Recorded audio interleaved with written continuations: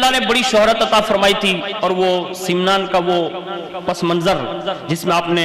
سلطان الوقت بن کر زندگی گزاری، اللہ رب العزت نے یکے بعد دیگرے آپ کو چند لڑکیاں عطا فرمائی۔ اب چند لڑکیوں کے بعد ایک مدت ہو گئی، کوئی اولاد نرینہ موجود نہ تھی، تو آپ کے دل میں ایک خیال گزرا، اور اللہ تعالیٰ کے کرم پر نظر رکھتے ہوئے دعا کرتے رہے کہ اللہ کوئی بیٹا عطا فرمائے، اولاد دیں، اور بیٹا دیں تو کم از کم وہ میرا بچہ اس نظام کو آگے بڑھا سکیں۔ بس یہ آپ کی دلی دعا ہمیشہ رہتی تھی۔ ایک وقت کیا ہوا کہ رات میں سوئے، سر کی آنکھیں تو بند ہوئی، دل کی آنکھیں کھل گئی، اور انہوں نے کیا دیکھا عالم رؤیا میں کہ رسول اللہ صلی اللہ علیہ وسلم تشریف فرما ہیں، حضور تشریف لائے، اور رسول اللہ صلی اللہ علیہ وسلم کی زیارت سے جب مشرف ہوئے تو آپ نے نہایت ادب و احترام سے حضور صلی اللہ علیہ وسلم کی قدم بوسی کا شرف حاصل کیا۔ اللہ کے پیارے حبیب صلی اللہ علیہ وسلم مسکرائے، اور ان کا مسکرانا بریلی کا امام کہتا ہے کہ جن کی تسکی سے روتے ہوئے ہنس پڑے، اس تبسم کی عادت پہ لاکھوں سلام۔ بس حضور مسکرائے، مسکرا کر ارشاد فرمایا، کہا میرے بیٹے ابراہیم، تم کو میں دیکھ رہا ہوں کہ تم تھوڑے تردد میں ہو، کیا اولاد کی خواہش ہے؟ اپنے ادب کے ساتھ عرض کی کہ حضور اگر فرزند عطا ہو جائیں تو یہ کمال عنایت ہوگی۔ پتہ یہ چلا نعرہ تکبیر، نعرہ رسالت، نبی رہے حضور شفیق ملت۔ ادھر تشریف نہ بابا، ادھر تشریف۔ ایک مرتبہ درود شریف پڑھ لیں، اللہم صلی علی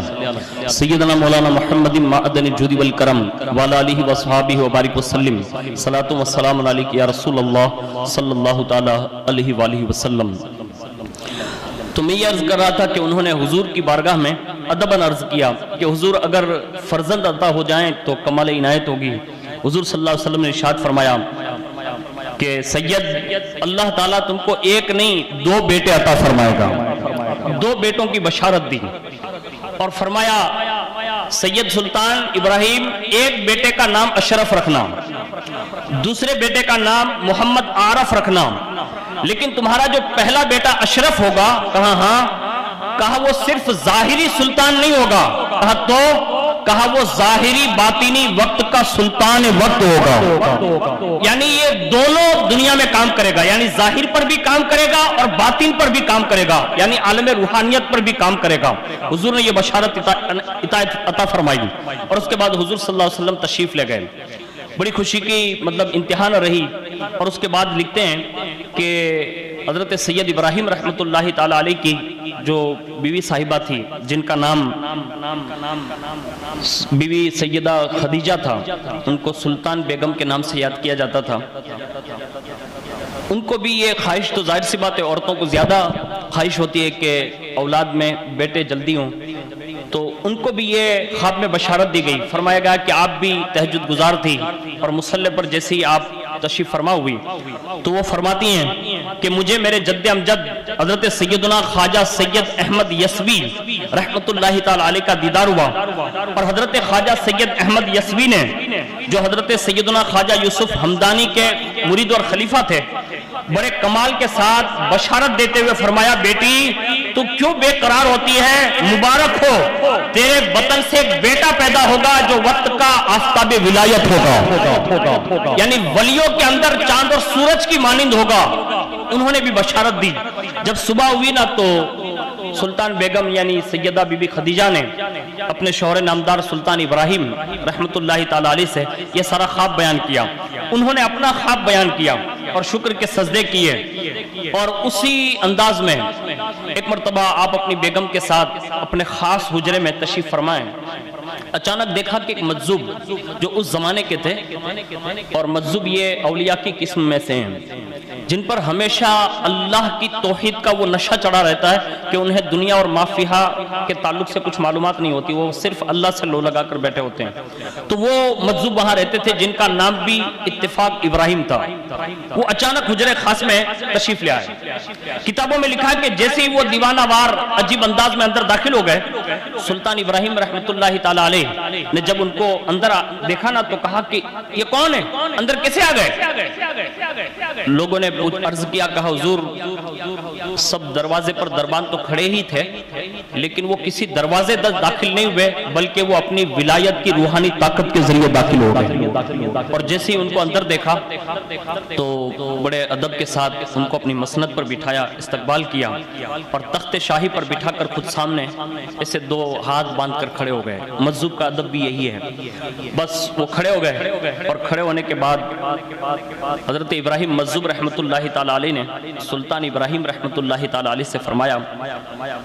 کیا دیکھ رہا ہوں کہ تم میری طرف متوجہ ہو، کیا کوئی کام ہے، یعنی کوئی خواہش ہے؟ سلطان سید ابراہیم رحمت اللہ تعالی علیہ نے جب یہ موقع غنیمت جانا نا تو عرض کیا، آپ حاکم ہیں، اگر کچھ عنایت فرما دیں، یعنی میری جو دلی خواہش ہے اگر آپ چاہیں تو کچھ عطا کر دیں۔ حضرت مجذوب ابراہیم رحمت اللہ تعالی علیہ نے فرمایا کہ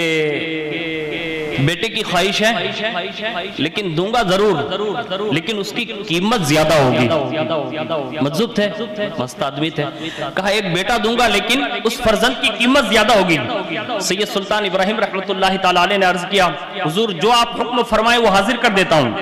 حضرت مجذوب ابراہیم رحمت اللہ تعالی علیہ نے کہا سید ایک کام کرو، 1000 اشرفیاں لے آؤ۔ کیا کہا؟ 1000 اشرفیاں لے آؤ۔ فوراً آپ نے 1000 اشرفیاں لی اور ان کی گود میں ڈال دی۔ حضرت مجذوب ابراہیم رحمت اللہ تعالی علیہ جیسے اپنی گود میں 1000 اشرفیاں دیکھی خوش ہو گئے اور کھڑے ہوئے، اور پھر فرمایا قیمتی چیز تم کو مفت میں دی جاتی ہے، یعنی 1000 اشرفیاں بھی دی نا، پھر بھی یوں کہا